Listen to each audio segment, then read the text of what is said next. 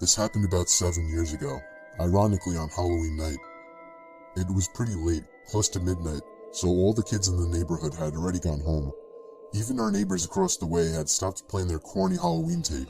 You know, the ones with the creaking door sounds and witch cackling. It was just me and my cousin Q, sitting in the living room. Now, my other cousin, who was about 4 years old, had left her doll laying on the floor, face down. It was one of those baby alive dolls or something like that. The ones with the moving eyelids. Q had issues with that doll the moment it was bought. She hated it and said it was creepy. In fact, she often threw it down the basement stairs. I had no problems with it, and so it stayed on the floor so my little cousin could pick it up in the morning. It was very quiet for about half an hour, until I heard a loud, rasping, shuffling noise that seemed to be coming from outside. It sounded like an older man right outside our window. I turned to Q, who looked back at me. "Did you hear that?" "It's probably the neighbor's tape again," she said. She went back to typing on her computer. It was silent for another minute before we heard the rasping noise again, louder this time. It sounded like the man was trying to say something. I got up from the couch and peeked out the window. Absolutely no one out there, not even in the street. Our neighbor's house was dark. It was as still as any night in our quiet neighborhood. "There's no one out there," I said, looking back to Q. She didn't say anything. I was kind of getting freaked out. Another minute passed, and this time there was whispering, but loud whispering. I remember it sounded like a kid and a woman. Q finally looked up from her computer. "It's that doll," she said. Of course she thought it was. She was very superstitious. I gave her a skeptic look. Let me say this, I don't believe in the paranormal. I leant down and picked up the doll. It was fine. Her eyes were closed. I forgot to say that it had a voice box thing in it, but it didn't have any batteries. I put it back down. "No, it's not. Just leave it alone," I told her. It was silent again. I went back to my seat on the couch. The rasping started again, and I heard the man say something garbled, followed by wheezing. I jumped up from the couch. I was going to see if it was coming from the backyard. Just as I started walking, I noticed that the doll had moved a little. I picked it up again and turned it over. Its eyes were open, and it was heavier than before. I dropped it, and Q threw it down the basement again. I still have no idea what to think. Q denies it ever happened, and my little cousin never asked about her doll after that. I saw the doll only one time after that, on the top basement step laying on its side. This time, I pushed it down the steps. I was up late reading on a cold night. My bedroom is on the first floor, and I live alone in a relatively quiet and wooded area. For that reason, a lot of my windows didn't have any blinds, since it wasn't as if people driving by were able to look into my house. Plus, I like waking up to the sunlight shining in my bedroom. But this one night made me regret never getting blinds in the bedroom. After finally shutting my reading lamp to get some shut-eye, I had a good 2 minutes of silence before I heard the sound of something hitting the window. It sounded like a single tap from a person's fist. I was facing away from the window and didn't want to turn around. I was used to hearing things like tree branches brush up against the walls and windows, but I distinctly recognized the sound to be a fist hitting glass. The thought that somebody might be outside my window watching me frightened me. The fact that somebody would walk all the way onto my property to my bedroom window. I tried to accept that maybe it was just a tree branch, but a second and single knock at the window confirmed my fear. It was a fist hitting the glass, and somebody was outside my window. I figured that if I just ignored it, they would go away. Maybe it was just some punk trying to mess with me. If they thought I was sleeping, they would get bored. Another knock at the window came, and I desperately tried to just stay still and show no reactions. But when the fourth knock came routinely, I decided enough was enough. I should confront this jerk like a real man. I turned to the window, and just barely caught a glimpse of a black shadow quickly moving under the window. For some reason, actually seeing something at the window killed any courage I had, and I ran to the kitchen phone and called the police. They said they would have an officer over in 10 minutes. When I hung up, I saw something in the corner of my eye. I turned my head and saw somebody standing outside my kitchen window, surely looking at me. Only for a second though, because as soon as I noticed, he took off. Somebody was watching me through all the windows. Then I received a disturbing phone call. It was my neighbor, who also happens to be my best friend. He happened to notice through his window that 3 people dressed in black walked onto my property earlier, one of them with a sharp, shiny object in his hand. This only made me panic even more. I ran upstairs where I knew I couldn't be watched and hid in the bathroom. I heard constant single knocks at the front door downstairs. No way it was the police. I just prayed they would get there in time, and thankfully, moments after the knocking stopped, I heard heavy banging at the front door, followed by someone screaming police. It turned out to be the cops, but whoever the 3 men were already gone into the woods. It might have been more than 3, I don't even know. All I know is they were never caught, and that I went out to get blinds the same week. My parents are divorced, and I was living with my dad. I'm an only child, so the only time I was around kids my own age was when I was out making friends with kids on the block. There was this one kid that lived on the corner of my block. His name was Tom. I met him while riding my bike. He strangely invited me over to shoot some hoops with him, so I did. He was a lot older than me. I was 12 and he was 16. I found out after hanging out with him a lot that he was an only child as well, and that he also lived with his dad. At first, I found him very relatable. I gave him my phone number and he would call to hang out. Sometimes he would come over and play video games. But then he started getting weird. He would call non-stop. If I didn't answer, he would begin to leave annoyed messages. He would call 5 or 6 times before coming over and ringing the bell. If my dad wasn't home, I usually didn't answer it. But when he was home, he would force me to hang out with Tom, even though I told him he was creepy. I biked with Tom back down to his house while pretending to listen to him babble on about stupid shit. This kid would never shut up. I needed to find a way to get him to stop looking for me. Then, for the first time, he invited me into his house. I really didn't want to go in, but it didn't seem I had a choice. The second I walked into the door, the foul, disgusting odor of his house filled my lungs. Clothes were tossed all over the floor, broken glass in one corner of the room, and what looked like coffee stains on the wall. It was the most disgusting place I'd ever seen.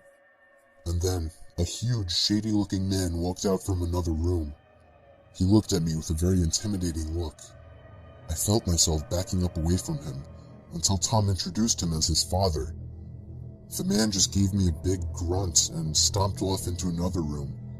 It was official, this kid was a fucking creep. I needed to get away from him for good. I decided I didn't even want to be in that house anymore and just made up some excuse to go. I think that I said that I forgot I had a doctor's appointment, and at that moment, his smile slowly faded as an unhappy, if not extremely angry expression crossed his face. He didn't even give me any response. He just looked at me with this unnerving stare. I left in a hurry and ran back down the block to my house. The door was locked, surprisingly. I unlocked it with the key my dad made me carry and found that he wasn't home. I really wanted him to be home. And then I found a little sticky note on the fridge saying he was called into work for a possible storm emergency. So that night before going to sleep, I checked my email for a response from somebody on eBay, but instead I had about 5 new emails all titled in capital letters, and they were all sent from an email named tomtom20@aol.com. It was him. I never gave him my email and still have no idea how he got it. One of the emails was titled, "You made a mistake." Another was titled, "I know where you live," and the rest were filled with profanity and threats. I was only 12 and was extremely intimidated by this, so I was ready to call my dad, but as soon as I was heading to the kitchen phone, I heard the sound of rustling bushes outside. I opened the blinds of the window that was facing the bushes and was greeted by the face of a huge man who I instantly recognized as Tom's dad. I called the police, but by the time they arrived, he was already gone. When my dad came home early because of this situation, we went on to get a restraining order as soon as possible. Tom and his dad moved out about a month after that. I moved into a house that my aunt and uncle had been renting out for several years after they built a new place. I spent a few months alone before a buddy from work asked if I was looking for a roommate. I thought about it for a few days and ended up allowing him to move in. It was a 2-bedroom place with a den and office in the garage. He decided he wanted his own space, as the bedrooms were right next to each other, so he moved his stuff into the office in the garage. And I have to admit, it was a pretty cool setup he had. The only problem, he didn't have a bathroom or kitchen out there, so he would use the kitchen and toilet in the house. We worked different schedules, so I would often leave the house unlocked for him. One night, I went to my girlfriend's house for dinner. After I got back, I decided to grab a 6-pack of beer I had bought the previous night. When I opened the fridge, my beer was gone. I assumed it was my roommate and went into a blind rage. I stormed out into the garage and slammed his bedroom door open. He was sleeping and rolled over. I screamed at him, asking why he drank my beer without asking. He said he didn't touch my beer and rubbed the sleep out of his eyes. Having lived with him for a while, I was pretty good at judging when he was lying. I felt he was telling the truth. My heart sank as I came to the realization that somebody had stolen our beer from the fridge and whatever else. We went back into the house and made sure everything was in its place. The TV was there, all the furniture. It wasn't until I went into my bedroom and realized my $2,000 laptop was gone that we began to panic. My buddy called the cops and we searched high and low for the beer and laptop, thinking I might have misplaced them. We soon gave up and began to search the yard for whoever had done this. We didn't live alone in this house, though. There was a room that had been built on several years after the house was built. My aunt's dying mother spent her last couple of years living there, as it was easy for my aunt and uncle to care for her during her sickness. When she died, they began to rent the room out to a strange woman, before eventually moving out themselves and renting the rest of the house out. The woman remained there until we moved in, and my aunt and uncle had their concerns with her. They believed she was a drug addict, which became evident to us during our stay there. She behaved erratically, and we would hear strange noises from her end of the house all hours of the night. Her brother moved in several months after we did, which was strange because her place was a 1-bedroom suite. We figured he just slept on the couch or something. He was even weirder than her, though. He wouldn't acknowledge me when I pulled up into the driveway while he was sitting having a smoke. Trying to make conversation with the guy was pointless. He basically just stared through your soul. One night he even asked my roommate if he could score him drugs. That night during our search for the burglar, we went out to the garage door, only to find bare footprints in the snow. The footprints led from their suite door to our garage door. We put 2 and 2 together and began banging on their door. We said we knew it was him, and he'd better answer the door.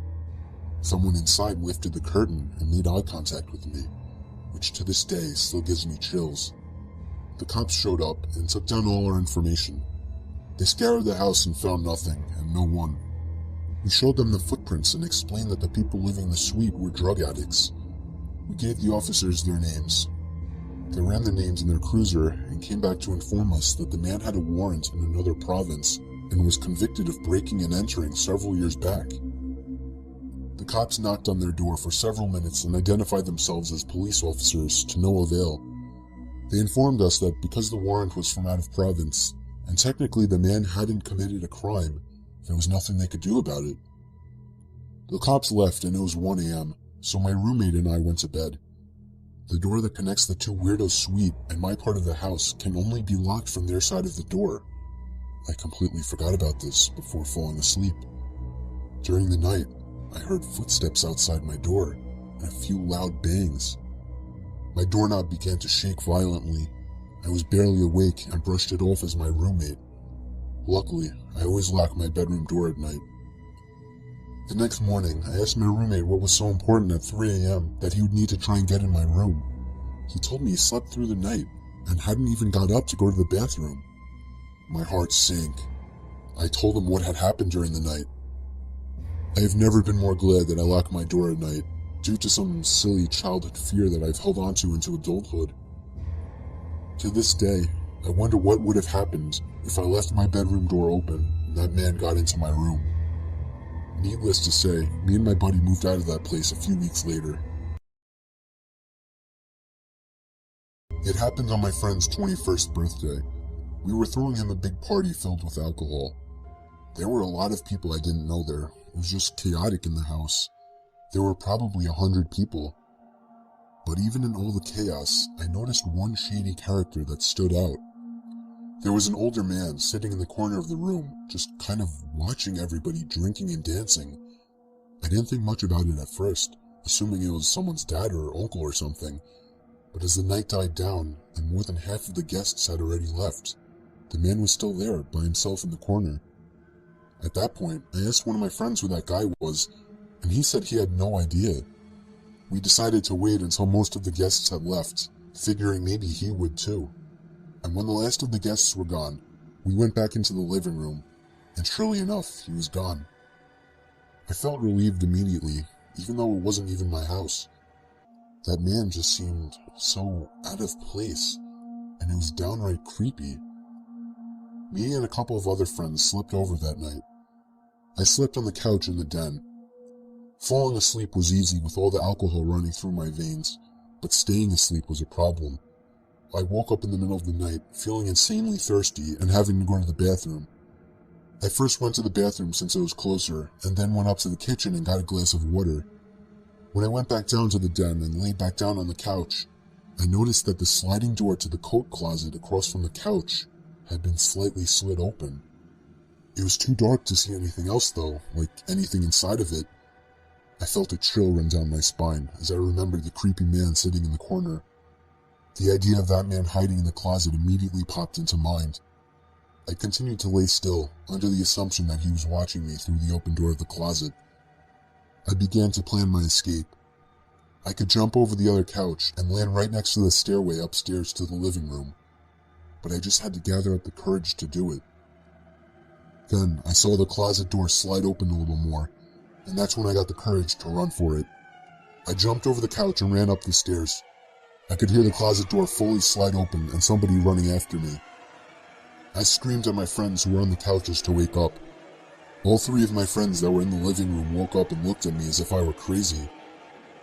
I knew that we now outnumbered him 4-1, so I looked at the stairs and waited, but he never came up. My friends demanded an explanation, so I told them that the creepy man from earlier was hiding in the coat closet, and he almost chased me up the stairs. Just then, we heard the back door from down in the den open up, and we all looked at each other. We called the cops, but the man was never found. He simply left through the back door.